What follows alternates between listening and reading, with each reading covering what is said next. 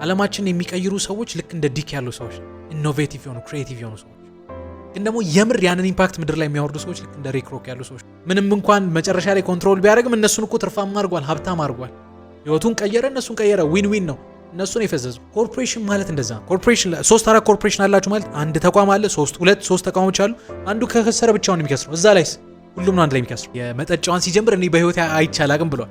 ሚልክ ሼክ ሲጀምር አይቻላቅም፣ ሪል ስቴት ሲጀምር አይቻላቅም ብሏል። አሁን ደግሞ አዲስ ነገር እያመጣ እና ግሬግ ኧረ አንተ ሰውዬ ረፍ፣ አሁንም አዲስ ነገር ብላ አዲስ ነገር ውስጥ ልትገባ ነው ትሏለች። እሷ በቃ ረጋ ብላ መኖር የምትፈልግ ነው። ብዙ ጊዜ ሴልስ ላይ የሚሰሩ ሰዎች they share information in a persuasive way ይባላል።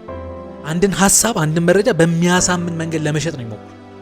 ምን ለጠፉ? ለአንድ ወር ያህል ጠፍተናል፣ ስንመለስ ግን በአሪፍ ነገር እንመለሳለን የሚል አይነት ነገር ለጥፎ ቢዝነሱን ለአንድ ወር ያህል ዘጋ። ሴልስ አልቀጠረም። ይሰው መኪና ውስጥ ያስቀምጥና ከከተማ ከቢሮ ማን ነው ከካፌ ከሬስቶራንት ይሄን ነገር ለምን አትሞክሩትም እያለ ሴል ለማድረግ ይሞክራል። ሚንከራተት ሰው ከነሱ አላማቸው እቺን ነገር ሰርተው ሞክረው ከዛ ትንሽ ጊዜ ራሳቸውን መቀየር ነበር። እንግዲህ ይሄን ኤክስፒሪየንስ አድርጋችሁ ታውቃላችሁ ብዬ አስባለሁ። ወደ ስራ ዓለም ስንገባ ብዙዎቻችን እንዲህ ነው ብለን በአንድ ዓመት እንዲያርጌ ከዛ እንዲያርጌ ኤክስፔክቴሽን ትልቅ አይደለም የምናደርገው። በቃ ነካ አድርጌ ይለወጣሉ። እንደዛ ነበር አስበው የገቡት። ግን ጋይስ እንዴት ናችሁ? ሁሉ ሰላም፣ ሁሉ አማን። ፊራ ነኝ። ዛሬም እንግዲህ ሳምንቴን ጠብቄ ካየሁት አዲስ ሀሳብ ሼር ላደርጋችሁ መጣሁ። እንግዲህ ክረምት ነው። ብዙዎቻችሁ ካየሁት እንደጋግምልን ስላላችሁኝ ሰሞኑ ትንሽ ብዙ ሳይሆን ትንሽ ይልና በዛው እንችላለን። ዛሬ ዳሳ ላደርግላችሁ የፈለግኩት ፊልም ደግሞ ታሪክም አለው። ፊልም ብቻ ሳይሆን ትንሽ ታሪክም ራዩ ላይ ለመጨመር ሞክሬያለሁ። ብዙ ነገሩ ከፊልም ጋር ቢገናኝም ረጅም ጊዜ ልሰራው ያሰብኩት ፊልም ነበር። ለምድሬን ፊልም ለመስራት ያሰብኩት ዛሬ ስለማውራችሁ ካራክተሮች ረጅም ጊዜ በተለያዩ መጽሐፍቶች ጣል ሳደርግላችሁ ነበር። እንደ ምሳሌ እያነሳን እንትና ማለት እንዲያርጉ እያልኳችሁ ነበርና ታሪኩን ሳየው ፊልሙን ደግሞ ተመልሼ ሳየው እውነት ለመናገር ትንሽ አይምሮዬን የረበሸኝ ፊልም ነው ዛሬ ማነሳችሁ። ሀሳቡ በተወሰነ መንገድ ፌር ሊመስል ይችላል፣ አንዳንዴ ደግሞ ፌር ላይመስል ይችላል። ለምን እንዲህ እንዳልኳችሁ መጨረሻ ላይ ያስረዳችኋለሁ። ብቻ ግን ዛሬ ዳሳ ላደርግላችሁ የፈለግኩት ፊልም ፋውንደር የሚባለው ፊልም ነው። ፋውንደርን ትንሽ ሰፋ እናደርገውና እንደው አጠቃላይ ታሪኩን ብናመጣው እንግዲህ አሜሪካ ውስጥ በጣም ትልቅ የፋስት ፉድ ሰርቪስ ወይ ደግሞ ቶሎ እነዚህ በስለው የሚደርሱ ምግቦችን በመሸጥ የሚታወቀው ትልቁ ተቋም ማክዶናልድ ነው። ታውቁታላችሁ ብዬ አስባለሁ። እና የማክዶናልድ ታሪክ ነው። እንዴት ተመሰረተ?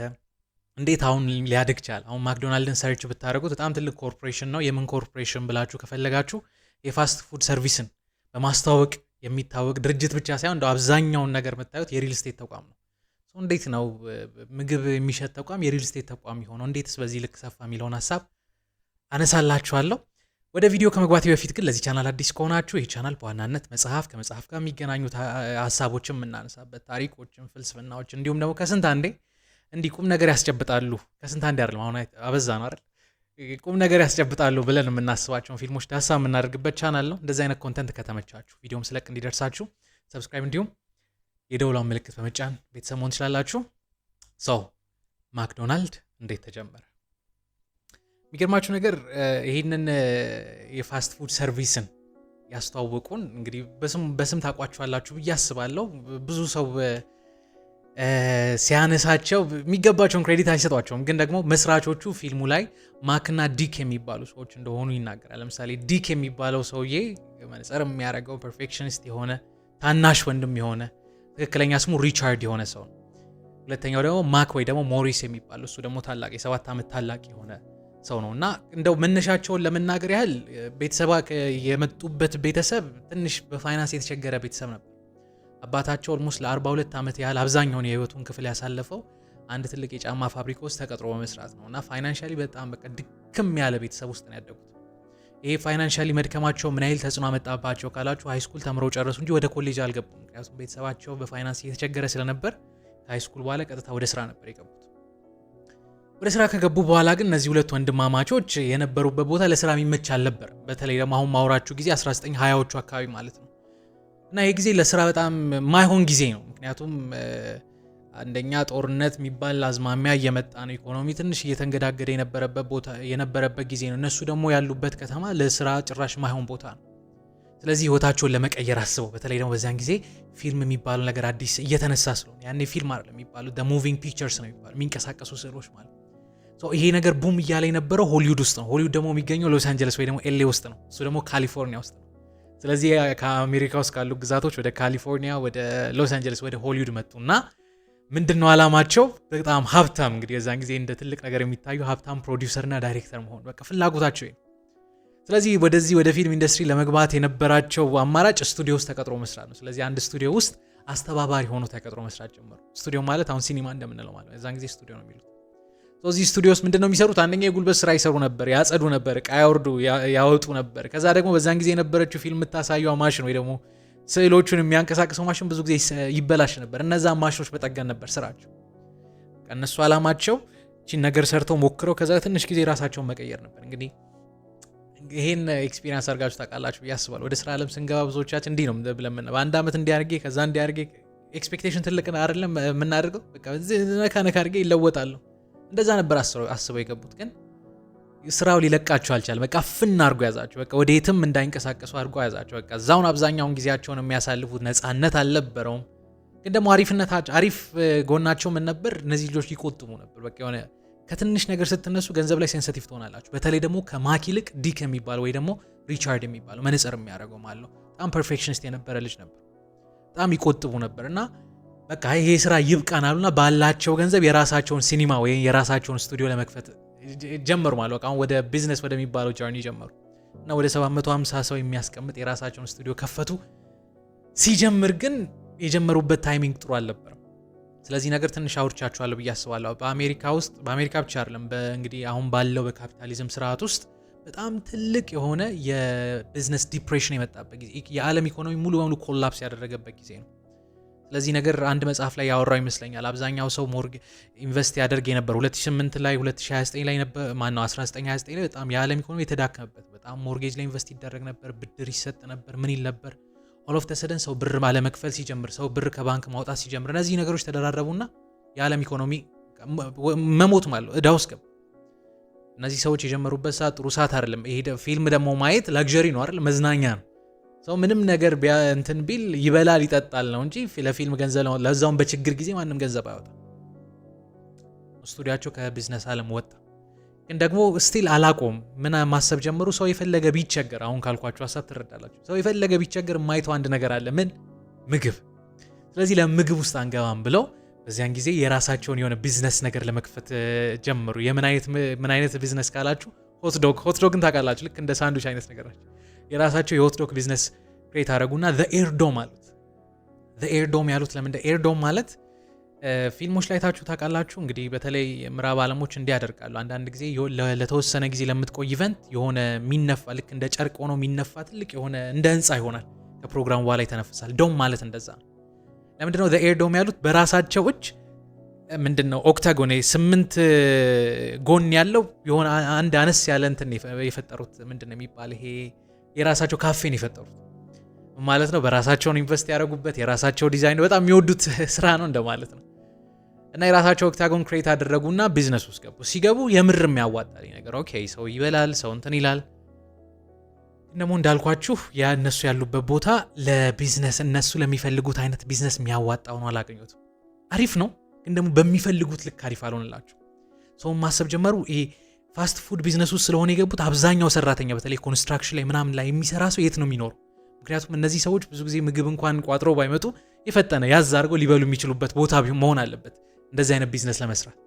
ስለዚህ እየፈለጉ ያለ አንድ አሪፍ ከተማ ያገኛሉ። እዚያው ካሊፎርኒያ ውስጥ ሳን በርናርዲኖ የሚባለው ከተማ አሪፍ ከተማ ሆኖ አገኙት። በጣም ብዙ ሰራተኛ ያለበት ቤተሰብ፣ እንደዚህ ፋሚሊ ካልቸር ያለበት ቦታ ሆኖ አገኙት እና ወደዚያ ሙቭ ለማድረግ አሰቡ እና ወደዛ ሲሄዱ አዲስ ቦታ መከራየት አልፈለጉም። አዲስም ነገር መስራት አልፈለጉም እና ቅድም ያልኳችሁን የሰሯትን እቺ 8 ጎን ያላትን ካፌ ያወቃችኋት አይደል? እሷን ካፌ ለሁለት ከፈሏትና ይሄ ባይዚው ሪል ታሪክ ነው። ፊልሙም ላይ ሲያወሩት ታያላችሁ።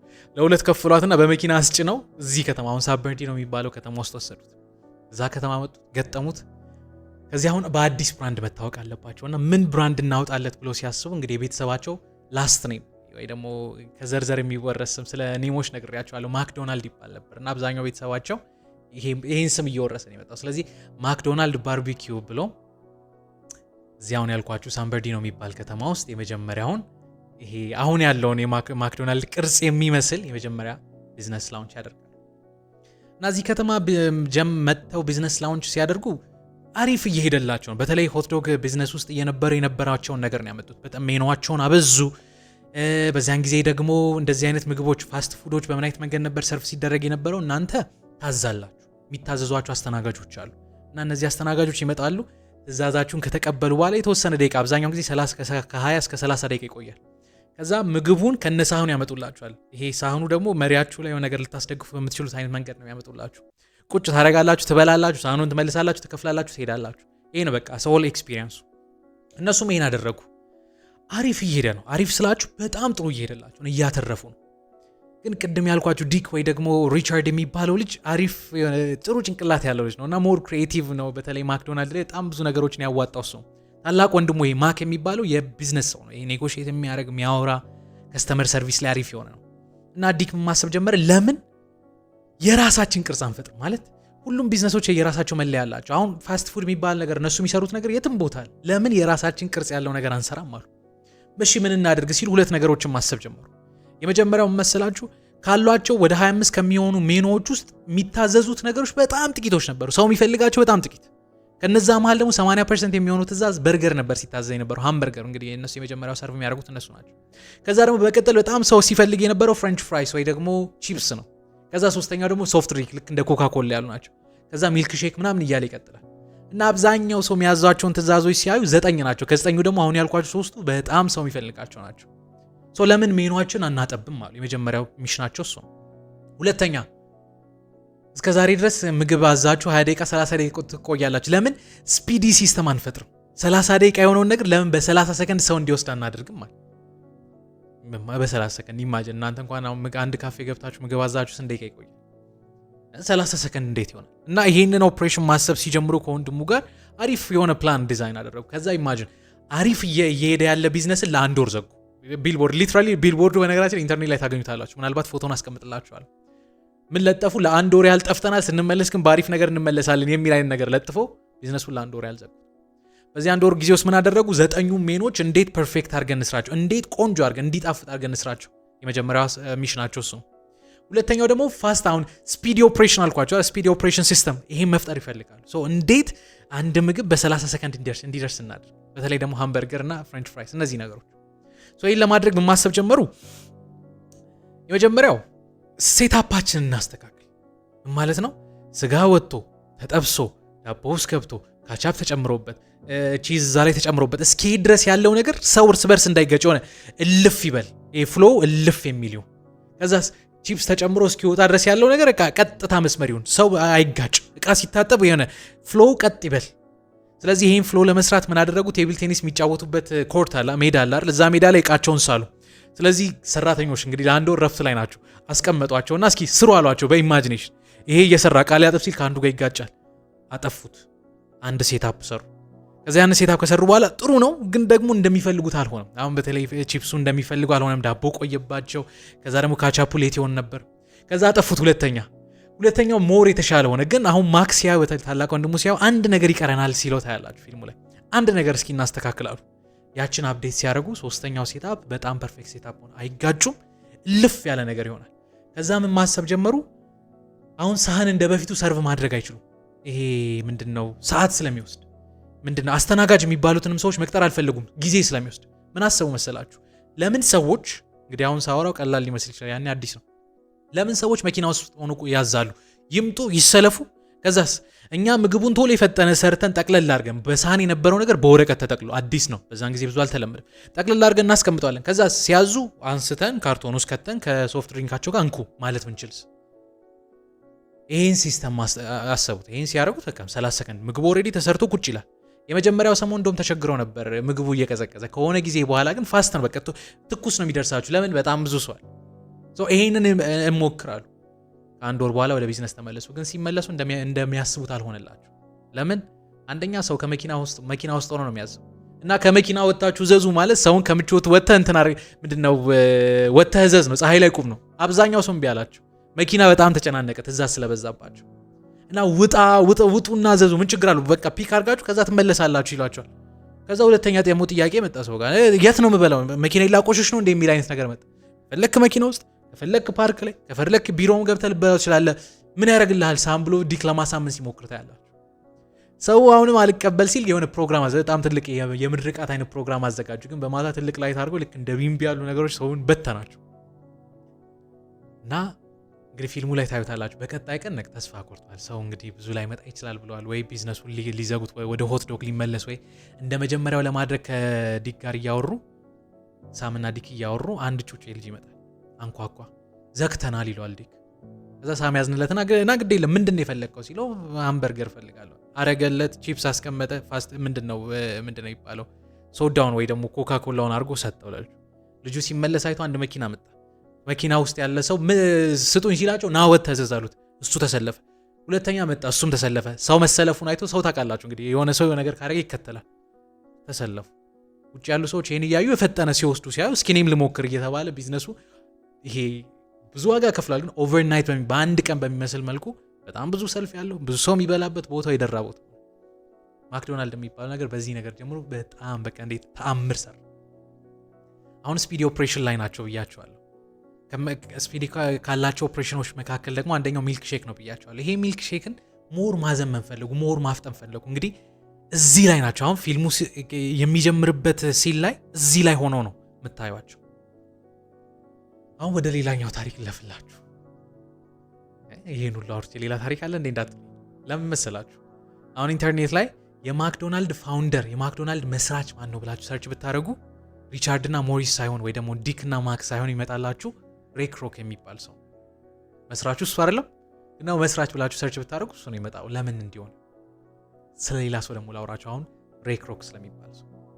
ሬይ ክሮክ የሚባል ሰው የማክዶናልድ አሁን ባለው መንገድ እንዲያድግ አብዛኛውን ስራ የሰራ እሱ። ማክዶናልድ አሁን እስካሁን ድረስ የነገርኳችሁ ኳሊቲ ስትራቴጂ የሚባል ነገር 10% ቢሆን የቀረው 90% ስራ የተሰራው በሬይ ክሮክ ነው። ግን ሬይ ክሮክ ምን አይነት ሰው ነው? ስለሱም ታሪክ ወደኋላ አለፍ ብዬ ልንገራችሁ። ሬይ ክሮክ ሚድል ክላስ ከሚባል ቤተሰብ የመጣ ነው። ሚድል ክላስ ማለት ይሄ በጣም ሀብታም ያልሆነ ድሃ ያልሆነ ግን ደግሞ ጥሩ የሆነ ላይፍ ስታይል የሚኖር ቤተሰብ ውስጥ የነበረ ሰው። ግን ደግሞ ምን አይነት ባህሪ ነበረው? በጣም አምቢሽየስ የነበረ ልጅ ነው። ይሄ ከልጅነቱ ጀምሮ የነበረው ባህሪ። ስለዚህ ነገር ብዙ ጊዜ አወራለሁ። እንግዲህ ኮንተንት ሄደም ታውቁታላችሁ። ስለ አምቢሽን ምናምን ብዙ ጊዜ አወራለሁ። አንዳንድ ጊዜ ሰዎች በተፈጥሮ አምቢሽየስ ናቸው። አምቢሽየስ የሆኑ ሰዎች ምን አይነት ሰዎች ናቸው? እነዚህ ሰዎች የማያርፉ የማይረጋጉ አይነት ሰዎች ናቸው። ምን አይነት ሰዎች ናቸው? ስልጣን የሚፈልጉ፣ መከበር የሚፈልጉ፣ ሀብት የሚፈልጉ የማያርፉ አይነት ሰዎች። ብዙ ጊዜ ይሄ ምሳሌ ከጓደኞችም ጋር ለማውራት አነሳለሁ። አንዳንድ ጊዜ አምቢሽን በልፋት አይደለም ኔቸሩ የሆነ ሰው አለ። እንደዚህ አይነት ሰው አለቃው ከሆናችሁ የጊዜ ጉዳይ እናንተን ሊገለብጣችሁ ይችላል። በድሮ ጊዜ በነገስታት ምሳሌ ይሰጣል። ለምሳሌ አንዳንድ ንጉስ የራሱ መንግስት ካለ የራሱ ህዝብ ከመራ ኢኮኖሚውን ሲመራ ኢኮኖሚውን ሲያንቀሳቅስ ወይ በንግድ ላይ ወይ በግብርና ላይ ቤዝ ያደርግና ህዝቡን መጠበቅ ህዝቡን ማበልጸግ ነው ሀሳቡ። የአምቢሽየስ የሚባሉ ነገስታት ግን ስራቸው በቃ ፍላጎት አላቸው። ምን አይነት ፍላጎት? በልጦ የመታየት። ስለዚህ ህዝቡን መጠበቅ አይደለም ቴሪቶሪ ማስፋት ወይ ደግሞ ድንበራቸውን ማስፋት፣ ሌላ መንግስት መውረር። ለምን አያርፉም? በልጠው መታየት ይፈልጋሉ፣ ከብሮ መታየት ይፈልጋሉ። ሰዎች በላይ መሆን ይፈልጋሉ። አምቢሽን እንደዚህ አይነት ማንነት ያላቸውን ሰዎች ይፈጥራሉ። አምቢሽየስ የሆኑ ሰዎች ዙሪያችሁ ካሉ የጊዜ ጉዳይ ነው። በነገራችን ላይ ከእነዚህ ሰዎች ጋር ጠላት ከሆናችሁ ሲረግጧችሁ ደግሞ እንድታውቁ አድርጎ ይረግጧችኋል። ብዙ ጊዜ ነገስታቶች ስልጣን ይዘው እነሱ ነክሰው ከነሱን የሚጥሏቸው ሰዎች ምን አይነት ሰዎች ናቸው? አምቢሽየስ የሆኑ ሰዎች ናቸው። ለምን ወንድም አትሆንም? በቃ ጥሎ እሱ ስልጣን መያዝ ይፈልጋል። አምቢሽየስ የሚባሉ ሰዎች ማለት እንደዚህ አይነት ሰዎች ናቸው። ታውቋቸዋላችሁ። ሬይ ክሮክ እንደዚህ አይነት ሰው ነው። ገና በ15 ዓመቱ ጥሩ ህይወት ይኖር የነበረ ልጅ የራሱን ስራ መስራት ፈለገ። ሰው ምን አደረገ? እድሜውን ዋሸና የመጀመሪያው ዓለም ጦርነት ላይ ማለት ነው የቀይ መስቀል ሹፌር ሰራተኛ ሆኖ ሹፌር ሆኖ ይሰራ ነበር። የሆነች ገንዘብ መስራት ጀመረ። ገንዘብ የለመደ ሰው በዛ አይቆይም። ከዛ በኋላ አብዛኛውን የህይወቱን ክፍል የጨረሰው ሽያጭ ላይ እየሰራ ሴልስ ሆኖ ነው ይሰራ። ሰው የሆነ ነገር ይሸጣል፣ የሆነች ገንዘብ ይይዛል፣ ያስቀምጣል። የሆነ ነገር ኮሚሽን ያስቀምጣል። ከዛ የሆነ ገንዘብ ይይዝና ያቺን ገንዘብ ከያዘ በኋላ ለምሳሌ አንድ አሪፍ ምርት ከተገኘ እንግዲህ ስለ ቢዝነስ የምታውቁ ሰዎች ማውራው ነገር ይገባቸዋል። አከፋፋዮችን ታውቃላችሁ ብዬ አስባለሁ። ለምሳሌ አንድ አሪፍ መኪና፣ አንድ ኤሌክትሪክ መኪና አንድ ቻይና ውስጥ ከተመረተ እዚህ ሀገር ውስጥ ያለ ሰው ገንዘብ ያለው ሰው እዛ ቻይና ሄድና ኢትዮጵያ ውስጥ ብቸኛ አከፋፋይ ልሁን ለኔ ፍቃድ ስጠኝ ይላል። ስለዚህ ይሄ አከፋፋይ ይወስድና ወይ ለሌላ አከፋፋይ ይሸጣል ወይ ደግሞ ለሚጠቀም ሰው ይሸጣል። ይሄ ሪቴለርስ ይባላሉ፣ እነዚህ የሚያከፋፍሉ ሰዎች ማለት። ሬይ ክሮክ የሆነች ገንዘብ ያዝና በዛች ገንዘብ ይሄን ቢዝነስ መያዝ ጀመረ። ምን አሪፍ ምርት ሲያይ ያን ምርት እኔ ብቻ ልሽጥልህ ከኔ ውጭ ማንም አይሸጥ ብሎ ኤክስክሉሲቭ አድርጎ ይወስድና ያከፋፍል ነበር። በቃ ህይወቱ እዚህ ላይ የተመሰረተ። ለ16 ዓመት ያህል ፔፐር ካፕ ታውቃላችሁ አይደል? አሁን ይሄ በካርቶን ወይ በወረቀት የሚሰሩ እነዚህ መጠጫዎች የፈጠነ ስትቸኩሉ ቢሮ ስትገቡ ቡና የምትጠጡባቸው ወይ ማኪያቶ የምትጠጡባቸው ካርቶኖች ያኔ አዲስ ነበሩ። ለ16 ዓመት ያህል ይሸጥ ነበር። አሪፍ ገንዘብ ይዟል። ሪል ስቴት ላይ ይሰራል። አሪፍ ገንዘብ ይዟል። አግብቷል። በጣም አሪፍ ላይፍ ነው የሚኖረው። የራሱ ቤት አለው። ግን ፊልሙ ላይ ስታዩም እንደምታዩት ታውቃላችሁ፣ ሰውየው ተንከራታች ነው፣ የሚያርፍ ሰው አይደል። ፊልሙ የሚጀምርበት ሰዓት ላይ ለ17 ዓመት ያህል ይቺን ምርት ሚልክ ሼክ የሚባል አለ። ይሄ ሚልክ ሼክን እናንተ በጥብጣችሁ አይደለም የሚበጠብጥላችሁ ማሽን እና በዚያን ጊዜ ደግሞ አንድ አይደለም 5 ሚልክ ሼክ በአንዴ 5 ሚልክ ሼክ ሊሰራላችሁ የሚችል ማሽን አንድ ሰው አመረተ እና ይሄ ሬይ ክሮክ የሚባል ሰው ኤክስክሉሲቭ አንተ አምርት እኔ ልሽጥል ብሎ ወሰደ። ለ17 ዓመት ያህል ይሸጥ ነበር። ሴልስ አልቀጠረም። ይሄ ሰው መኪና ውስጥ ያስቀምጥና ከከተማ ከቢሮ ማን ነው ከካፌ ከሬስቶራንት ይሄን ነገር ለምን አትሞክሩትም እያለ ሴል ለማድረግ ይሞክራል። ሚንከራተት ሰው። ታሪኩን ስታዩት ብዙ ሰዎች በጣም ከድህነት የወጣ ተቸግሮ ምናምን ይላሉ። ነው ራሱ ነው ችግር የፈለገው። ለምን? አምቢሺየስ ነው። የሚያርፍ ሰው አይደለም፣ የሚረጋጋ ሰው አይደለም። ማሽኑ እየወሰደ በየቦታው ሄደ። በር ሲዘጉበት ታያላችሁ፣ ምን ሲያረጉት ታያላችሁ። ሰውየው እኮ ያነሰ ህይወት ኖሮት አይደለም። እንደውም ሚስቱ አንድ ክፍል ላይ ትነግረዋለች፣ አንተ እኮ በጣም የተትረፈረፈ ህይወት ያለ ነው። ፊልሙ የሚጀምርበት እድሜ 52 ዓመቱ። በ52 ዓመቱ ማሽን ይዞ መኪና እያያዘ ከአንድ ስቴት ወደ ሌላ ስቴት ይሄዳል። የ30 የ40 መንገድ የ30 የ40 ሰዓት ጉዞ ማለት። አሁን ህይወቱ የሚቀይር ነገር የሚፈጠርበት ሰዓት። ማክዶናልድ በጣም እያደገ ነው፣ ግን ስፒድ ኦፕሬሽናቸው ላይ ሚልክ ሼካቸው እንዲፈጥንላቸው ይፈልጋል። እና ይሄን ወሬ ሲሰሙ በአንዴ ስንት አልኳችሁ? 5 ሚልክ ሼክ ሊሰራ የሚችል ማሽን። ይሄን ሲሰሙ ደወሉ። እስከዛ ድረስ በነገራችን ላይ በጣም ብዙ ቦታዎች ሄዶ እንደፈለገ ሊሸጥለት አልቻለም። ብዙ ቦታ ሄዷል። እና አሲስታንት ወይ ደግሞ የሱ ሴክሬታሪ ደውላ አንድ ማክዶናልድ የሚባል ተቋም ካሊፎርኒያ ውስጥ ነው ያለው፣ እሱ ሌላ ግዛት ውስጥ ነው ያለው፣ ካሊፎርኒያ ውስጥ ያለ ተቋም ነው፣ 6 አዘዋል አሉ። 6 ማለት 40 ማለት ነው። እንዲህ በአንዴ 40 ሚልክ ሼክ የሚፈልግ ማን አለ? ተሳስተሽ ይሆናል አለ። አይደለም ፈልገን ነው ብሏል። ስለዚህ ደውላችሁ ብላ ስልክ ትሰጠዋለች። ይደውላል። ሲደውል ያነሳው ዲክ ነው እና ሬይ ክሮክ እባላለሁ ከዚህ ድርጅት ነው የምደውል፣ ለሚልክ ሼክ አዛችሁ ነበር። አዎ አዘናል። ተሳስታችሁ ነው ወይ ሲለው አዎ ተሳስተን ነው አለው። 6 አይደለም 8 ነው የምንፈልገው፣ 40 ማለት ነው። 8 ምን ያደርግልሃል? እና ሬይ ክሮክ ማን ነው ዲክ ለማውራትም ጊዜ አልነበረውም። በጣም ብሶ በዝቶበት ነበር። እንደዚህ እንዴት በአንዴ 40 ሚልክ ሼክ? ሰውየው እኮ አንድ ለመሸጥ ተቸግሯል። ይሄንማ ማየት አለብኝ ብሎ ኢማጂን ከነበረበት ቦታ ካሊፎርኒያ ለመድረስ ከ30 እስከ 40 ሰዓት ያህል ተጉዟል። ማታውን ሙሉ እየነዳ አንድ ቦታ ያድራል፣ ይሄዳል። ደረሰ ካሊፎርኒያ። የማክዶናልድ እንትን ደረሰ። ምንድነው ያን እንግዲህ ማፕ አልነበረም። ቦታውን የነገረው በአፍ ነው። ማፕ ላይ አይቶ አክብቦ ነው ሄደው። ሱቅ ምንድነው ካፌውን ሲያድ ሬስቶራንቱን ሲያድ ነገ በጣም ተሰልፎ ቆሟል። ያለ ይሄ ነገር እውነትም ሳይሆን አይቀርም ብሎ እስኪ መጀመሪያ ልቅመሰው አይነት ነገር ብሎ ተሰለፈ እና ረጅሙ ሰልፍ ስለነበር ሰዓቱን ያህል ሰዓቱን ሲያይ አይ ይሄ ነገር ይቆያል የሚል አይነት ነገር መስሏት ከፊት ያለችው ሴት አይደለም በትንሽ ደቂቃ ይደርሳል አይዞህ የመጀመሪያ ነው መሰለኝ አይነት ነገር ትሏለች። ሳቀ። በጣም የሚገርማችሁ ነገር 2-3 ደቂቃ አልፈጀበትም፣ ፊት ለፊት ደረሰ እና ምን ይምጣል ሲለው ምንድነው የቤቱ እና ብዙ ጊዜ የሚታዘዘው ሃምበርገር፣ ፍሬንች ፍራይስ እና ሶዳ ወይ ደግሞ ምንድነው ኮካ ኮላ ነው ሲል እሺ ስጠኝ አለ። ዞር አለ፣ አነሳ፣ ሰጠው። ይሄውን ካለ ምንድነው ይሄ ሰውዬ የሚያውቀው ኢማጂን 30 ደቂቃ ሲጠብቅ ነው። እሱንም እንደዛ ሆኖ የተሳሳተ ትእዛዝ ነው የሚመጣው። ምንድነው ያዘዝከው ትእዛዝ? እርግጠኛ ነው? ከፈተ፣ አየው። እሺ የት ነው በላው? ሳህን እንኳን የለም። መኪና ውስጥ ወይ ፓርክ ላይ ወይ የሆነ ወንበር ላይ ተቀምጠ ልትበላ ትችላለህ። ግራ ገብቶታል። ሄደ፣ ቁጭ አለ፣ ከፈተ እና ሊበላ ሲል ቤተሰብ መጥቶ ቁጭ ሲል ታያታላችሁ። ቤተሰብ የሆነ እንዴት ነው ካልቸር ሆኗል። እንግዲህ ወጣት በሚገባ ቋንቋ ልንገራቸው። አሁን በየሰፈሩ እርጥብ ቤቶች እየተከፈቱ ነው አይደል? ክብ ሰርቶ ሰው ይበላል ምናምን። በቃ እንደዛ እንደማል ያኔ ቡም እያደረገ ሲቀምሰው ታምሮ ነበር። በጣም የሚጣፍጠው ትኩስ ነው እና በመሃል ማክ ይመጣል። ማክ እንግዲህ ሬይ ክሮክ እንደሆነ አያውቅም። እያጸዳ እንዴት ነው ቀመስከው ይጣፍጣል ወይ ሲለው በጣም የሚገርም ነው የመጀመሪያ ነው አይነት ብሎ ሲያወራው ታዩታላችሁ። ከዛ ማን ልበል ሲለው ሬይ ክሮክ ነኝ በስልክ አውርተን ነበር። ኦኬ ወንድሜ ነው ያወራ እና ላሳያለሁ። ቤቱን ሲያሳየው ገረመው። እንዲህ ይሰራል እንዴ? እንደውም ፊልም ላይ ምን ሲል ታያታላችሁ። አሁን እና ሄንሪ ፎርድ መኪና ኢኖቬት አድርጓል ነበር። ይሄ ማክዶናልድ የፈጠረው ነገር ፋስት ፉድን ለዘላለም የሚቀይር ነገር ነው። ባየው ነገር በጣም እንደተገረመ ፊልሙ ላይ ታያላችሁ። ናይዛን ቀን በላ ቀመሰ። ከዛ ራት ልጋብዛችሁ አላችሁ፣ ታሪካችሁን ንገሩኝ። አሁን የነገርኳችሁን ታሪክ ይነግሩታል። እና ሬይ ክሮክ ማታ መተኛት አልቻለም። እንዴት ይሄን የመሰለ ቢዝነስ ማደግ አይችልም? እና ምን ማሰብ ይጀምራል። እኔ እኮ እነሱም በሆን አለ እንግዲህ እንቅልፍ አጥቶን እኔ እነሱም በሆን እንኳን ይሄን ዓመት እዚህ መቆየት በአንድ ዓመት ባልሞላ ጊዜው 6-7 ብራንች ከፍቻለሁ። ለምን እንደዚህ ያደረጉትም? ከዛ ደግሞ ያስባል ገንዘብ ባይኖራቸው ነው ምናምን ብሎ እያሰበ አንድ ሐሳብ መጣለ። ምን ይሄን ቢዝነስ ለምን አልሸጠው? አሁን ሚልክ ሼክን የሆነ ሰው አመረተው እሱ እንደሸጠው ሁሉ እነሱ ማክዶናልድን ፈጥሯል። ለምን እኔ ማክዶናልድን አልሸጠው አላባዛውም እንደማለት ነው። እንዴት ነው የሚያባዛው? ፍራንቻይዝ የሚባል ቴክኒክ። ስለ ፍራንቻይዝ የቢዝነስ ሞዴል አንድ መጽሐፍ ላይ ዳሰሳ ሳረግ ነግሬያችኋለሁ ብዬ አስባለሁ። ፍራንቻይዝ ማለት ለምሳሌ እንበልና ኢትዮጵያ ውስጥ በጣም ጥሩ ስም ያለው ካፌ ተከፈተ ብላችሁ አስቡ እና የካፌ በጣም አሪፍ ስም አለ። በቃ አሪፍ ስም ስላችሁ በጣም ጥሩ ስም እና እናንተ አዲስ ካፌ ከምትፈጥሩ ትሄዱና የካፌው ባለቤት ጋር ስምህን ሽጥልኝ ትሉታላችሁ። በአንተ ስም እኔ ለምሳሌ እንበልና በአንተ ስም ድርጅቱ ያለው ቦሌ ነው፣ እናንተ በሱ ስም ሜክሲኮ መክፈት ፈለጋችሁ። ስለዚህ ስሙን ትወስዳላችሁ። ድርጅቱ ይመጣና ማድረግ ያለባችሁ ብራንድ ከለር ምን ኤቭሪቲንግ እዛ ያለውን ነገር እዚህ ኮፒ ያደርጋል። ከዛስ እናንተ በዛ ስም የራሳችሁን ካፌ ትፈጥራላችሁ። ግን በየአመቱ እንደ ኮሚሽን እንደ ሮያሊቲ ለድርጅቱ ትከፍላላችሁ። የእናንተ ስላልሆነ የዛን ስም ስለወሰዳችሁ ፍራንቻይዝ ማለት ነው። እና በቀጣይ ቀን እነሱ እንኳን ሳይገቡ ነው ቀድሞ የገባው። ለምን ፍራንቻይዝ አናደርገው? እናብዛው፣ እስኪ እናስፋው። ሌላ እናንተ እንኳን ጥራት ላይ ምናምን ፐርፌክሽን ስለሆናችሁ እዛ ላይ ትኩረት አድርጎ እኔ ልሽጥላችሁ አይነት ነገር ብሎ ያወራችሁ እና ይሄን ለማውራት አንድ ቢሮ ገቡ። ሲገቡ አንድ ፎቶ ተለጥፎ አየና ያየው ፎቶ አሁን እቺ አይኮኒክ የምትባለው የማክዶናልድ ፎቶ ነች።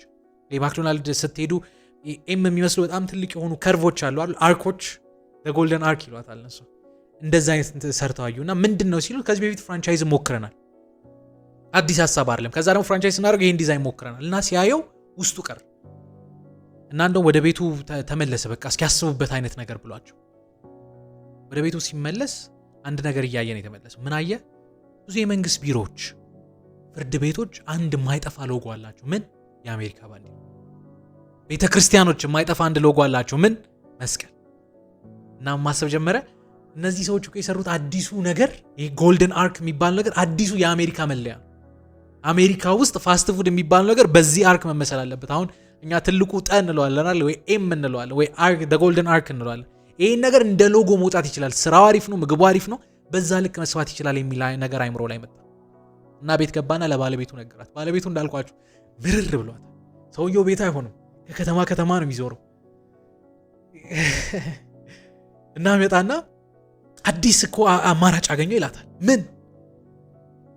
እኔ እስከዛሬ ድረስ በህይወቴ እንደዚህ አይነት እንትን አይቻላቅም፣ እንደዚህ አይነት ፋስት ፉድ አይቻላቅም ብሎ ያወራታል። ለሱ አዲስ አይደለም። ካፕ ምንድነው እቺ የመጠጫዋን ሲጀምር እኔ በህይወቴ አይቻላቅም ብሏል። ሚልክ ሼክ ሲጀምር አይቻላቅም፣ ሪል ስቴት ሲጀምር አይቻላቅም ብሏል። አሁን ደግሞ አዲስ ነገር እያመጣ እና ግሬጋ ኧረ አንተ ሰውዬ ረፍ፣ አሁንም አዲስ ነገር ብላ አዲስ ነገር ውስጥ ልትገባ ነው ትሏለች። እሷ በቃ ረጋ ብላ መኖር የምትፈልግ ነች። እሱ ግን አምቢሽየስ ነው፣ የሚረጋጋ ሰው አይደለም። እና ይህን ካወራ ከጥቂት ቀናት በኋላ ከእንደገና ይመለሳል ካሊፎርኒያ እና ይላቸዋል። በጣም ጎበዝ ሴልስ ማን ነው በነገራችን ላይ ሬክ ሮክ። እንግዲህ ሴልስ ላይ ትንሽ ቆይቻለሁ ብያችኋል ነበር። ጎበዝ ሴልስ ማኖችን በምን ትለያችኋላችሁ መሰላችሁ? ብዙ ጊዜ እቃ አይሸጡላችሁ። ለምሳሌ የሆነ እቃ አንስቶ ይሄ እቃ እንትን ኳሊቲ ያለው እንዲህ ማንም ሰው ግድ አይሰጠው። ጎበዝ የሚባሉ ሴልስ ማኖች አንድ አይዲዮሎጂ አለች። ይሄን ነገር ከዚህ በፊት ነግሬያችሁ ከሆነ አላውቅም። ብዙ ጊዜ ሴልስ ላይ የሚሰሩ ሰዎች they share information in a persuasive way ይባላል። አንድን ሐሳብ አንድን መረጃ በሚያሳምን መንገድ ለመሸጥ ነው የሚሞክሩት። ግን ጎበዝ የሚባሉ ሴልሶች ኢንፎርሜሽን አይደለም they share emotion in a persuasive way ይባላል። ማለት ነው ሐሳብ አይደለም ስሜት ነው የሚሸጡላችሁ። አሁን ሬክ ሮክ ሚልክ ሼኩን ሲሸጥ አዲስ ነው፣ አዲስ ነገር እንትን እንበል ታሪክ ነው የምንሰራው ምናምን ነው የሚለው እንጂ ሚልክ ሼኩን እንኳን አያወራም። ጎበዝ የሆኑ ሴልስ ማኖች እንዲህ ነው የሚያደርጉት። አሁን ስለ መጠጦች ከዚህ በፊት አውርቻቸዋለሁ። አንዳንድ መጠጦችን ስታስቧቸው መጠጡን ብቻ አይደለም የምታስቡት። የሆነ ኢቨንት ታስባለች። እግር ኳስ ስታስቡ የሚመጣላችሁ መጠጥ አለ። ቤተሰብ ስታስቡ የሚመጣላችሁ መጠጥ አለ። በጣም ደንጀረስ የሆኑ ጌሞችን ስታስቡ የሚመጣላችሁ የሆነ መጠጥ አለ። ኢሞሽን ነው የሚሸጡላችሁ። ሬክ ሮክ እንደዛ እና ተመለሰና አሁን ኢሞሽን ሸጠላችሁ። ለእናንተ አይደለም ግን ለአሜሪካ ብላችሁ ይህንን ፍራንቻይዝ አድርጉት አላችሁ። ምንም እኮ አይገናኙ። ለምን? ይሄ ነገር አሜሪካ ላይ ብቻ እንደ ዓለም ይታወቃል። የሀገራችሁን ታሪክ ትቀይራላችሁ። በምን? በፋስት ፉድ። ቤተሰብን የሚሰበስብ ነው። ከእናንተ አልፋችሁ ሌላ ሰዎች ላይ ጥሩ ተጽዕኖ እየፈጠራችሁ ነው። ስለዚህ ለሀገራችሁ ብላችሁ ፍራንቻይዝ አድርጉ ይላችኋል። በጣም በሚገርማችሁ ሁኔታ ይሰራል። እናውራበት አሉት። እርስ በርስ ተማከሩ። በተለይ ዲክ ትንሽ ተጠራጠሩ፣ አልፈለገውም። ምክንያቱም በጣም ፐርፌክሽኒስት ነው። እኔ የሌለውበት ቦታ ጥራት ባይኖር ቺፕሱ ቢቃጠልስ እንደዚህ ብሎ የሚያስብ ሰው ማገን እንዳልኳችሁ አሪፍ ሴልስ ማን ነው። ታላቁ ነው ግድ የለም ይሞክር እስኪ ፍቀድለት የሚል ነገር ሲያወራት ያላችሁ እናስፈርመዋለን፣ ጠበቃ እናመጣለን። ከዛስ በእኛ መንገድ እንዴት አድርገን ፍራንቻይዝ አድርገው ያብዛው ፍቀድለት ይሏል። ፈቀዱለት። ግን አግሪመንቱ ላይ የተጻፉ ነገሮች አሉ። ምን? አንደኛ ምንም ነገር ያለ ወንድማማቾቹ ፍቃድ፣ በተለይ ደግሞ ዲክ የሚባለው ወንድም አለ፣ ያለ እሱ ፍቃድ ምንም ነገር አይጨምርም። ምንም ነገር በቃ ያለውን ነው ኮፒ የሚያደርገው። መጨመር መቀነስ የሚባል ነገር የለም። ስታንዳርድ አወጡለት። ሁለተኛ ፍራንቻይዝ ያደርጋል። ፍራንቻይዝ ስታደርጉ ብዙ ብር ነው የምትከፍሉት። ያ ብር ይሄ ካሊፎርኒያ ውስጥ ያለውን ኤግዛክት ኮፒ እንድታደርጉ ያደርጋችኋል። አንደኛ ከዛ ደግሞ ከዛ ላይ ኮሚሽን ትወስዳላችሁ። በየአመቱ የሚመጣ ኮሚሽን አለ ብያችኋለሁ። ወደ 1.9 ካልተሳሳትኩኝ ከ1.9% ኮሚሽን 0.5 የሚሆነው ፐርሰንት ለወንድማማቾች የሚቆረጥ ነው። የቀረው ነው የሬክሮክ አየው፣ ቁጥሩን አየው፣ ብዙም ግድ አልሰጠው። በቃ እሱ ፓሽን ውስጥ ነው ያለው። በቃ መንቀልቀል ስሜት አለች አይደል? እዛ ውስጥ ነው ያለው። በቃ እንጀምር ብሎ ፈረመ። እሺ ከየት ነው የምንጀምረው ሲላችሁ፣ በቃ አሁን ከዚህ በኋላ ስለዚህ አትጨነቁ ነው ይቆጣጠረዋለሁ አለ። ቤት ተመለሰ። ቤት አካውንቱን ሲያይ ብር የለው እና የመጀመሪያውን ፍራንቻይዝ ራሱ መክፈት ይፈልጋል እና ምን ማድረግ እንዳለበት ሲያስብ እንግዲህ ለባለቤቱ ምን ላርግ ብሎ ሊያማክራት አይችልም። ምክንያቱም እሷ ከሱ አይደለችም። በቃ የሆነ ስጋት አለባት እና ምን አደረገ? እሷ ሳታቅ ቤታቸው ሞርጌጅ ያደርጓል ወይም ቤቱን አስይዞ ይበደራል። ቤቱን አስይዞ ተበድሮ የመጀመሪያው ማክዶናልድ በጎልደን አርክ የራሱን ፍራንቻይዝ ይከፍታል። በጣም በሚገርማችሁ ሁኔታ በአጭር ጊዜ ሰክሰስፉል ሆነ ስላችሁ በጣም በቃ ደመቀለት፣ አሪፍ ሆነ እና ከረጅም ጊዜ በኋላ ባለቤቱን ለራት ልጋብዝሽ ይላታል። እሱ ራት ልጋብዝሽ ሲል የሆኑ ክለቦች አለ እንዲህ ባለ ሀብቶች ተሰብስበው የሚበሉበት ቤት ማለት ጓደኞቹ ናቸው። አላማው እሷን መጋበዝ አይደለም፣ ረጅም ጊዜ አልጋበዛትም፣ ግን እነሱን ማግኘት። እዛ ሄደ። ጨዋታ መሃል ምን መሃል እሷ እንግዲህ የምር የጋበዛት ነው ይመስላል። ጨዋታ መሃል ማውራት ይጀምራል። አይ በቃ እንዲኮ ምንድነው የሚባል ይሄ አዲስ ነገር እኮ ጀመርኩ ብሎ ሴል ፒች ማድረግ ጀመር። አዲስ ነገር ጀመርኩ ነው አይነት ነገር በቃ እነሱን ለማሳመን ፍራንቻይዝ እንዲያደርጉ። ያኔ ባለቤትየው ለምን እንደመጣ ሲገባት ያላችሁ ሲደብራት ያላችሁ። እነሱ ግን ደጋግሞ ይሄን ነገር ስለሚል በሚልክ ሼክ በምን ጊዜ እንዲያርግ አዲስ ነገር ስለሚላችሁ ቀለዱበት። ግን ዲፌንስ ታደርገው ታያላችሁ። እንግዲህ አሪፍ የትዳር አጋር ሲኖራችሁ በነገራችን ላይ እንደዚህ አይነት ነገር ይፈጠራል። አይቆይ ስሙት አይነት ነገር ስትል ታያላችሁ። ያኔ በሷ ምክንያት እሺ ያሉ ተስማሙ። የመጀመሪያውን ቀጣዩን ፍራንቻይዝ ጓደኞቹ ቀጠሉ። 2-3 እየሄደለት ነው።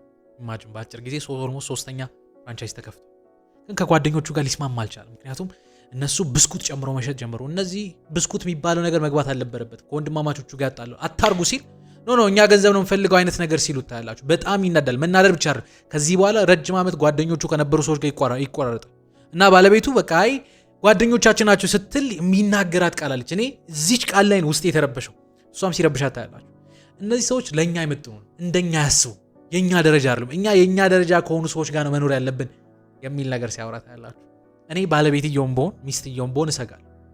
ይህ ሰው የተሻለ ነገር ሲያገኝ አይመጥኑንም የሚል አይነት ነገር ሊኖረው እንደሚችል ታስባላችሁ። ትደነግጣለች። በቃ አማራጭ ይላል። አንድ ቀን ምን ይሆናል? እሱ ቢሮ እንግዲህ ሴልሶች አንዳንድ ጊዜ በየቢሮ እየሄዱ ይሸጡ አይደል? አንድ አይሁዳዊ ነው ግን ደግሞ መጽሐፍ ቅዱስ ይዞ በየቤቱ ለመሸጥ ይሞክራል። በጣም ኳሊቲ ያለው ምናምን ብሎ እና ሰራተኛ ይሄ ስራ ቦታ ነው ለመጽሐፍ ቅዱስ ይዘህ ትመጣለህ ይሄ ብላ ለማሳመን ሲሞክራልና ሬይ አይዋል እና ጠራው። አይሁድ ነው ለመጽሐፍ ቅዱስ ይሸጣል። እንግዲህ አይሁድ የራሳቸው ተውራን ያላቸው አይደል? ይሄ መጽሐፍ ቅዱስ ያው ለመኖር ነው ይሏል። ከዛ ከባለቤት ጋር ለምራት አልጋብዝም ይሏል። ጋበዘው። ከዛ ምን ይሏል? ለምን አሪፍ አማራጭ አልሰጥም? አይገባኝ ለመኖር ብለን የምታደርገው አይደል?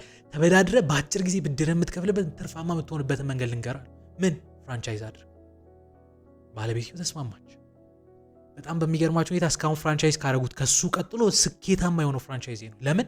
ቤተሰብ ተጨምሮ ባል ብቻ አይደለም፣ ባልና ሚስት አሉ ኢንቮልቭ አድርጓል። እሷ ታጸዳለች፣ እሱ ማኔጅ ያደርጋል፣ ሰራተኛ ማኔጅ ያደርጋል። በጣም ስኬታማ ቢዝነስ ሆነ። ከዛ ምን ታርጌት ማድረግ ጀመረ? ባልና ሚስቶችን አስቀምጠው ጥሩ የትዳር ህይወት ያላቸውን ሰዎች እየፈለገ ለነሱ መሸጥ ጀመረ።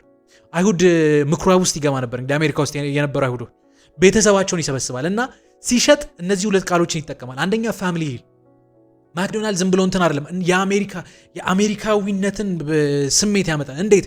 ቤተሰብ ተሰብስበው ይበላበት ነው። ስለዚህ ቤተሰብ እያዳናችሁ ነው። ሌላኛው ኦፖርቹኒቲ፣ አዲስ እድል እየፈጠራችሁ ነው፣ የስራ እድል እየፈጠራችሁ ነው፣ ገንዘብ የምታተርፉበት መንገድ እየፈጠራችሁ ነው ብሎ ሲያወራችሁ ታያላችሁ። ሰውየው በጣም በአጭር ጊዜ ፍራንቻይዙን አበዛው። ምን ኃይል አበዛው? ወንድማማቾቹ እስኪሰቡ ድረስ። በተለይ ደግሞ ዲክ ፈራ። በአጭር ጊዜ ይሄን ኃይል የፈጠነ ሰው እንዴት ነው ጥራት የሚቆጣጠረው ብሎ ሲያወራ ታያላችሁ። እሱ ጥራት ነው በቃ ጭንቀቱ። ሬክሮክስ ትርፍ፣ ሀብት፣ ገንዘብ፣ ማደግ፣ አምቢሽን። በጣም በሚገርም ሁኔታ ተቋሙ እያደገለት እና እንግዲህ አሁን ከዚህ በኋላ ማወራችሁ ነገሮች ናቸው። እኔ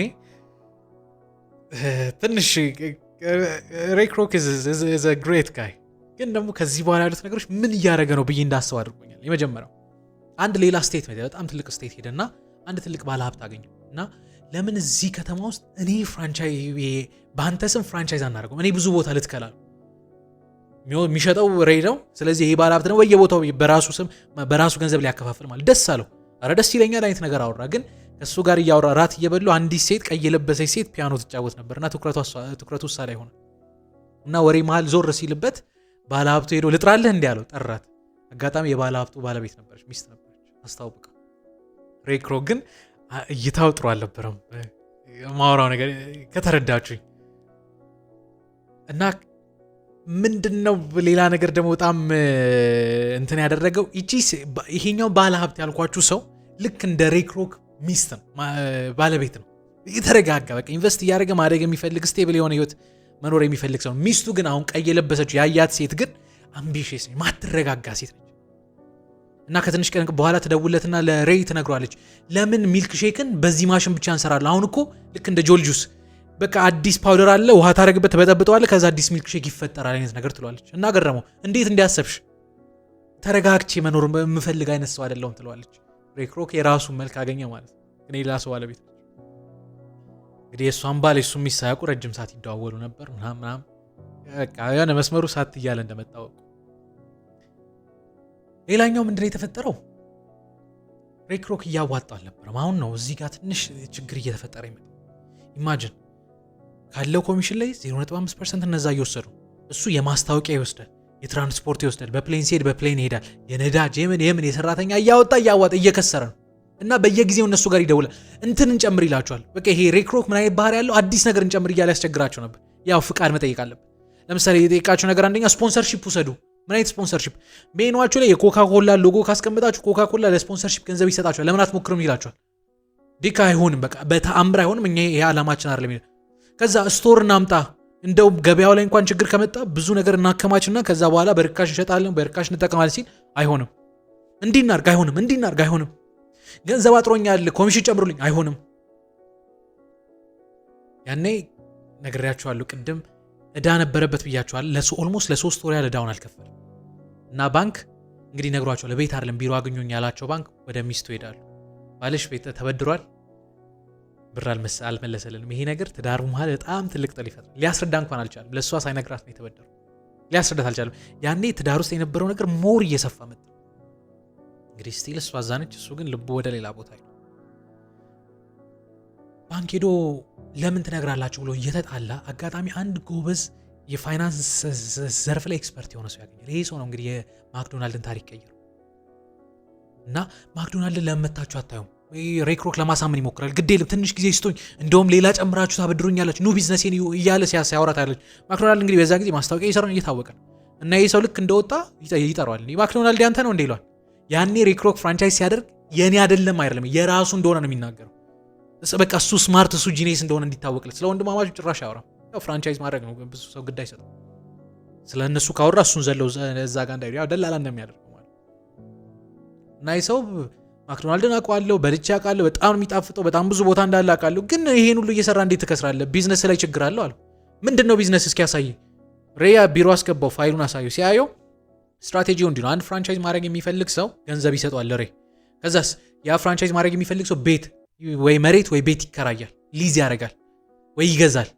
ምንድነው የሚያደርገው? አንድ ባለሀብት ጋር ወይ የመሬቱ ባለቤት ከሄድና እዚህ ጋር ህንፃ ልገንባ ፍቀድልኝ ይለዋል። ከዛ ነሬይ መጥቶ እዛ ቦታ ላይ ይገነባሉ። አዲስ ሀሳብ አመጣለን። አሁን እኮ አንተ ያለው ቢዝነስ የፋስት ፉድ ብቻ አይደለም፣ የሪል ስቴት ቢዝነስ ውስጥ ነው ያለው አሉ። አልገባኝም። መሬት ላይ ቤት እየገነባ ነው። this is real estate። ለምን አድቫንስ አታረገውም አሉ። እንዴት? ገንዘብ ከየትም ብለህ ተበደርና እነዚህ ሰዎች የት ቦታ መሬት መግዛት እንዳለባቸው አንተ ራስ ንገራቸው። እንዴት ነው የምትነግራቸው? መሬቱን ግዛው፣ አንተ አከራያቸው።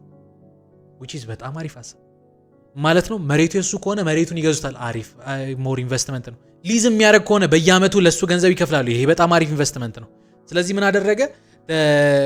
ማክዶናልድን ያው ፍራንቻይዝ የሚያደርገውን ወደ ኮርፖሬሽን ቀይረው። አሁን ስለ ኮርፖሬሽን ስለ ሪቻርድ ፑርዳር የሚል መጽሐፍ ዳሳ ሳረቀው የዛሬ 2 ዓመት አካባቢ ሳይሆን አይቀርም እሱ መጽሐፍ ዳሳ ካረኩኛል ትንሽ እስብነዋል። እዛ መጽሐፍ ላይ ዳሳ ሳረግላችሁ ስለ ኮርፖሬሽን አውርቻችኋል። ኮርፖሬሽን ምንድነው አሪፍ አድቫንቴጅ መሰላችሁ? እናንተንና ቢዝነሱን ይለያል። አሁን እኛ ሀገር ውስጥ የሶል ቢዝነስ አለ ወይ ደግሞ የግለሰብ ቢዝነስ የሚባል አለ። እናንተ ከሰራችሁ ቢዝነሱ ይከስራል። ፒኤልሲ ደግሞ ይባላል ፕራይቬት ሊሚቴድ ካምፓኒ አይደል? እሱ ደግሞ የእናንተ ትርፍና የድርጅቱ ትርፍ ይለያል። እንደፈለግ ከድርጅት ገንዘብ መመንዘር አትችልም። ለምን? የድርጅቱ ኦዲት ይደረጋል። ያንተ ሀብት ያንተ ነው። ሶል ሲሆን ደግሞ የግለሰብ ሲሆን ግን በቃ የእናንተም የድርጅቱም ያው ነው ማለት ነው። እናንተ አካውንት ውስጥ የገባ ነገር ወደ ግብር የመሄድ ቻንስ አለው እንደማለት። ኮርፖሬሽን ማለት እንደዛ ነው። ኮርፖሬሽን 3-4 ኮርፖሬሽን አላችሁ ማለት አንድ ተቋም አለ። 2-3 ተቋሞች አሉ። አንዱ ከከሰረ ብቻውን የሚከስረው፣ እዛ ላይ ሁሉም ነው አንድ ላይ የሚከስረው። ስለዚህ ከሰውዬ ጋር ተማከረና ፍራንቻይዝ የሚያደርግበት ራሱን የቻለ አንድ ኮርፖሬሽን፣ ቅድም የነበረችው አውል ያለችው እዚህ ኮርፖሬሽን ውስጥ ነው። መሬቱን እየገዛ የሚሸጥበት ደግሞ ራሱን የቻለ ሌላ ኮርፖሬሽን ክሬት አደረገ። ማክና ዲኬን ሲሰሙ ተናደዱ። እንዴት በእኛ ስም መሬት ትጨምራል? ማክዶናልድ እኮ የመሬት ቢዝነስ አይደለም የእንትን ቢዝነስ ነው ሲሉት፣ ኖ ይሄኛው ራሱን የቻለ ሌላ ቢዝነስ ነው። ቢከሱት እንኳን ኮርፖሬሽን ነው። ይሄ ኮርፖሬሽን የመሬት ነው፣ ያኛውስ የፍራንቻይዝ ነው። እና ሊከሱት አልቻሉ።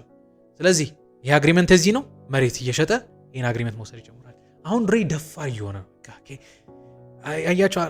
ህጉ ላይ እንኳን የሆነ ቀዳዳዎች አሉ ቤንድ ልታደርጉ የምትችሉት። ሬይ ክሮክ ምን የሚል ሀሳብ ደወለና ነገራቸው። ያ ቅድም ያልኳችሁ ሴት ሚልክ ሼክም በፓውደር መልክ መጥቷል እንጠቀመዋል፣ እምቢ አሉ። ሬይ ክሮክን ሊያዙ እና አንድ ጠበቃው ጋርና ሄደና ይሄ ህግ ይሄ የተፈራረምኩትን ውል አጥፋልኛል፣ አጠፋልኝ የምትፈልገውን ሰጣለሁ፣ ከዚህ በኋላ ግን ማክዶናልድ መቆጣጠር ፈልጋለሁ ብሎ በድፍረት እንዳደረገ ታውቃላችሁ። ማክዶናልድ ኮርፖሬሽን ብሎ ምንድን ነው የሪል ስቴቱንና የፍራንቻይዝ የሚያደርገውን አንድ ላይ ደመረው። ምን ማለት ነው? ባለቤቶቹን ትቶ እኔ ባለቤት ነኝ አለ ወረቀት ላይ። አሁን በዚህ ሰዓት ድርጅቱ ኦልሞስት በጣም ብዙ ወደ 100 ሚሊዮኖችን እያገኘ ያለበት ሰዓት ነው። ማክና ዲኬን ሲሰሙ ተናደዱ። እንከሳለን አሉት። ክሰሱኝ አላቸው። ግን ስትከሱኝ ወረቀት ውስጥ ተደብቃችኋል። ጥሩ ገንዘብ አለው፣ ጥሩ ጠበቆች ይቀጥራል። 2-3 ዓመት ያህል እኔን ለመከላከል ጠበቃ ስታሰልፉ ለጠበቃ የምትከፍሉ ብር ያከስራችኋል፣ ከገበያ ያስወጣችኋል። አፋውቴን ይናገራል። ያኔ ዲክ ነበር የሚያወራው። ማክ ተናዶ የቀማውና እንዴት እንዲታረግ ምንም እኮ የነበርክ ሰው እኛ ነው ሰው ያደረግን ብሎ አይነት የእልህ እያወራው ልብ ድካም አይነት ነገር ይዞት መሬት ላይ ይወድቃል። ኢማጂን ስንት ዓመት የለፋችሁበትን ስንት ዓመት ዋጋ የከፈላችሁበትን ነገር እናንተ ያስገባችሁ ሰው ዶሚኔት ሲያደርግ። ሬይ ክሮክ ደፋር የድፍረት 2 ነገሮችን አደረገ። የመጀመሪያው አንድ ራት እየበሉ ሚስቱን ልፈታሽ እፈልጋለሁ አፍ አውጥቶ መፍታት ብቻ አይደለም የዛን ሰውዬ ሚስት አገባ። ሁለተኛ በነገራችን ላይ ደፋር ሆኖ ነው የሚናገረው። ኢንተርቪው ምናምን ብዙ ቦታ ተደርጓል። በድፍረት ነው የሚናገረው። ሁለተኛ ማክ ታሟል ብያችኋል አይደል? ሊጠይቀው ሄደ። ሲጠይቀው ግን በድፍረት ነው ሄደው። አበባ ይዞለት አበባ ውስጥ ፖስታ አለ። አይዞህ ብዙ እንኳን አይዞህ ብሎት ፖስታ አለ ይሆነ ያለው። ፖስታውን ሲከፍተው ባዶ ቼክ አለ። እና ምን ይላችኋል? የምትፈልጉትን ብር ሰጣችኋል። ከዚህ በኋላ ግን አግሪመንቱን እንቅደደው ማክዶናልድ ለኔ ስጡ። ኢማጂን የድፍረት ጥያቄ። እምቢ ማለት አይችሉም። ምክንያቱም እምቢ ካሉ እሱ እያተረፈ እነሱ ከጨዋታ ውጪ ሊሆኑ ነው። ከፍርድ ቤት ከሄዱ በምንም ታምር ሊያሸንፉት አይችሉም። ስለዚህ ያላቸው አማራጭ እዚህ ላይ ኔጎሽየት ማድረግ። ተቀመጡ እና ይጠይቁታል። እነዚህን 3 ነገሮች አድርግልን ይሉታል። የመጀመሪያ ብር ስጠን እና ኔጎሽየት እያደረጉ የተስማሙበት ብር ወደ 2.7 ለሁለቱም 1.3 ከምናምን 1.3 ከምናምን ሚሊዮን ብር እንዲሰጣቸው ሬይ ክሮክ ተስማማ በዛ። ሁለተኛ ሮያሊቲ ስጠን፣ በየአመቱ ከምታተርፈው ትርፍ ላይ የሆነ ፐርሰንት ለኛ ስጠን። ሶስተኛ የመጀመሪያው ቢዝነሳችን ቅድም ያልኳቸው የመጀመሪያ የተከፈተችው ቤት እሷ ዋጋ የከፈልንባት ቤት ነች። ብንሸጥልህ እንኳን እሷን የኛ ማክዶናልድ ትሁን የኛ ፍራንቻይዝ ትሁን እንደማለት የሚል አይነት ነገር ያቀርብላችሁ እና ውሉ በምን ተጠናቀቀ መሰላችሁ? የመጀመሪያውን ሰጣችሁ 2.7። ሁለተኛው 0.5% የተወሰነ ፐርሰንት እንኳን ሮያሊቲ እንዳልሰጣችሁ ይሄን ድርጅት በኋላ ለኢንቨስተር ሳወጣው ይፈራል። ምን ማለት ነው? ድርጅቱ እንኳን ቢከስር በየአመቱ ለእናንተ መክፈል ስላለብኝ ኢንቨስተሮች ይሸሹኛል። ስለዚህ ወረቀት ላይ አናስፍረው፣ ግን እኔ በየአመቱ ከፍላችኋለሁ እና በምንስማማ እንጨባበጣላችሁ። የአንድ ሼክ አግሪመንት። ሶስተኛው ያንን ቤት ተውላችኋለሁ አለ፣ ግን ምተውላችሁ ስማችሁን ስትቀይሩ ማክዶናልድ አይደለም በሌላ ስም ስሩ፣ ማክዶናልድ የኔ ነው። እና ተረብሿል፣ ተናዷል። አማራጭ የላቸውም፣ ሊስማሙ ነው። ሬይ ክሮክ ሽንት ቤት ገባ፣ እጁ ሊታጠብ ማነው ገባ፣ ብቻ ሽንት ቤት እጁን እየታጠበ ዲክ ይገባ እና በጣም ተናዶ ነው ፊቱ ላይ ታያታላችሁ። ግን ራሱን እየተቆጣጠረ ነው። ምን ብሎ ይጠይቋል? የመጀመሪያ ቀን እኛ ጋር ስንመጣ እንዴት ሁሉንም ነገር እንደምንሰራ አሳይተንሃል አሉ። ለምን የእኛን ድርጅት ከምትወስድ ለምን ራሱን የመሰለ ለምን ሌላ ድርጅት አትከፍትም ብሎ ጠየቁ። እውነትም ደግሞ ተከፍቷል። አሁንም ድረስ አሜሪካ ውስጥ ልክ እንደ ማክዶናልድ ያሉ በጣም ትልቅ ተቋሞች ተከፍቷል። ይህን ለምንድን ነው የሆነው? ዲክና ማክ በየጊዜው ያሳዩ ነበር፣ which is በጣም ሮንግ የሆነ ነገር። ለምን አንተ እንደዛ አላረክም አሉ እና ይነግሯል ሬይ። የማክዶናልድ ሚስጥር አልገባህም አሉ። ማንም የተረዳው ሰው የለም። ሚስጥሩ ያለው ስሙ ላይ ነው። ስሙ በጣም ሳቢ ነው። አሜሪካ ባህልን ይናገራል። ይሄ ስሙ አፍ ውስጥ የሚቀር ነው። ሎጎ አፍ ውስጥ የሚቀር ነው። ሲወራ አሁን በራሴ ስም ብጠራው ክሮክ ብዬ ባወራው ማን ይገዛዋል አይነት ነገር ብሎ ሲያወራ ታያላችሁ። ተፈራረሙ። እንደተፈጠረ ታውቃላችሁ። ገንዘቡን ሰጣቸው። በዛ ገንዘብ በሌላ ስም ያንን ቦታ መስራት ጀመሩ። በጣም በሚያሳዝን ሁኔታ በጣም ከጥቂት ዓመት በኋላ ከቢዝነስ ወጣ። ከዛ ሮያሊቲ የተባለው ነገር የለም። በእጅ መጨባበጥ ምንም ወረቀት ላይ የሰፈረ ነገር ስለሌለ ሬይ ክሮክ ካዳቸው። ቢከሱም ወረቀት ላይ ነገር የሰፈረ ነገር የለም። አሁን ማን ነው ፋውንደሩ? ማን ነው ማክዶናልድ እንዲያሳደገው ብትሉ ወንድማማቾቹ ብዙ አይጠሩም። እኛ እንደው እንደ ታሪክ እንዲናነሳቸዋለን እንጂ ሬይ ክሮክ ነው የሚጠራው። ፊልሙ እንደጨረስኩ ስለ ሬይ ክሮክ የተለያዩ መጽሐፎች ላይ ሳወራ ጎበዝ ሴልስማን ሆነ አንብዬ ያወራሁት ነገር ትዝ አለኝና ውስጥ የተረበሽ ፌር ነው። ሪል የምሬ ነው የምነግራቸው። እኔ ብዙ ጊዜ እንደ ዳሳ ማድረጋቸውን ፊልሞች ካየሁ በኋላ ሀሳብ እንዳይጠፋብኝ ለመጽሐፍ ሞክራለሁ። ይህን ከሀሳብኩ በኋላ ግን አይምሮ የተረበሽ። አንደኛው ሀሳብ ምን ይለኛል? አይ ቢዝነስ ነው። እነዚህ ልጆች በጣም ትልቅ ኦፖርቹኒቲ አግኝተዋል። ይህንን ትልቅ ኦፖርቹኒቲ እየሰሩበት አልነበረውም። ቤታቸውን እያሳዩ ነው። ሬይ ክሮክ ካልሰራው ሌላ ሰው መስራቱ አይቀርም። ስለዚህ ኦፖርቹኒቲ ያየ ህይወቱን የቀየረበት። እነዛ ከፈዘዙ እሱ ታዲያ መፍዘዝ አለበት። ምንም እንኳን መጨረሻ ላይ ኮንትሮል ቢያደርግም እነሱን እኮ ትርፋማ አድርጓል፣ ሀብታም አድርጓል። ህይወቱን ቀየረ፣ እነሱን ቀየረ። ዊን ዊን ነው። እነሱን የፈዘዙት ብዬ እንዳስብ አደረገ። በዚህኛው ጎን ደግሞ ውስጥ እነዚህ ሰዎች ህይወታቸውን ይሰጡ። ህይወታቸውን ማለት ከድህነት ያወጣቸው ስራ ይሄ ነው። ማንነታቸው ነው። ኤቭሪቲንግ ነው የሰጡት። ስማቸውን ነው የሸጡት። በነገራችን ላይ የቤተሰባቸውን ላስትኔም ሴል ያደረጉ። ምን ታስባላችሁ? ሬይ ክሮክ ልክ ነው? ትንሽ እስኪ ደቂቃ ወስዳችሁ አይምሯችሁ ውስጥ አናላይዝ አድርጉ። ሀሳባችሁን ላስቸግራችሁ ኮመንት ሴክሽን ላይ ጻፉልኝ። ቢዝነስ እንደዛ ነው ብሎ የሚያስብ ሰው አለ አይደለም? ኖ ምን ብዬ ጻፍኩኝ የሪቪው እንትኔ ላይ? ዓለማችንን የሚቀይሩ ሰዎች ልክ እንደ ዲክ ያሉ ሰዎች ነው። ኢኖቬቲቭ የሆኑ ክሪኤቲቭ የሆኑ ሰዎች ግን ደግሞ የምር ያንን ኢምፓክት ምድር ላይ የሚያወርዱ ሰዎች ልክ እንደ ሬይ ክሮክ ያሉ ሰዎች ናቸው። ስለ ኦፕንሃይመር ሳወራችሁ ኦፕንሃይመር አገሩን ለመጠበቅ ነው ኒውክለርን የፈጠረው። ከዛስ እንደ ቢዝነስ ላይ ፖለቲክስ ውስጥ ያሉ ሰዎች ያንን ወደ ገንዘብ ቀየሩት። አሁን ዓለማችን በኒውክለር የምትጨናነቅ ዓለም ሆነች። እንደ ሬይ ክሮክ ያሉ ሰዎች ዶሚኔት ያደርጓታል። ዶሚኔት የሚያደርጉበትን መሳሪያ ግን የሚፈጥሩላቸው እንደ ዲክ ያሉ ሰዎች ናቸው። ይሄ ነገር መቀየር አይችልም። ፌር ነው። ጎራ እንደው ያዙ ብላችሁ የትኛውን ጎራ ትይዛላችሁ? ይህን ለእናንተ ልተውላችሁ። ዛሬ ግን ከኔ ጋር የነበረን ቆይታ ይህን ይመስላል። እርግጠኛ ነኝ ከዚህ ፊልም የሆነ ቁም ነገር ቀርቶላችኋል ብዬ ተስፋ አደርጋለሁ። ስለዚህ ፊልም፣ ስለዚህ ቪዲዮ ያላችሁን አስተያየት ኮመንት ሴክሽን ላይ አስቀምጡልኝ። ቀጣይ ሳምንት እንደተለመደው በአዲስ ሀሳብ አዲስ ቪዲዮ እንገናኛለን። ቀጣይ ሳምንት ሰዎች ይበል። መልካም